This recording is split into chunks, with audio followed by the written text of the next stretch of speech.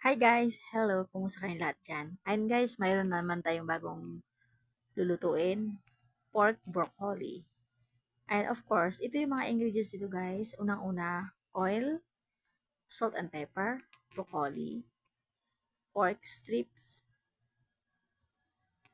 cornstarch, soy sauce, oyster sauce, magic syrup, of course, paminta, at saka konting water.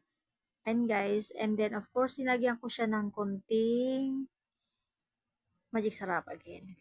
Here we go! Sana panoorin niyo hanggang dulo. That's wise, guys.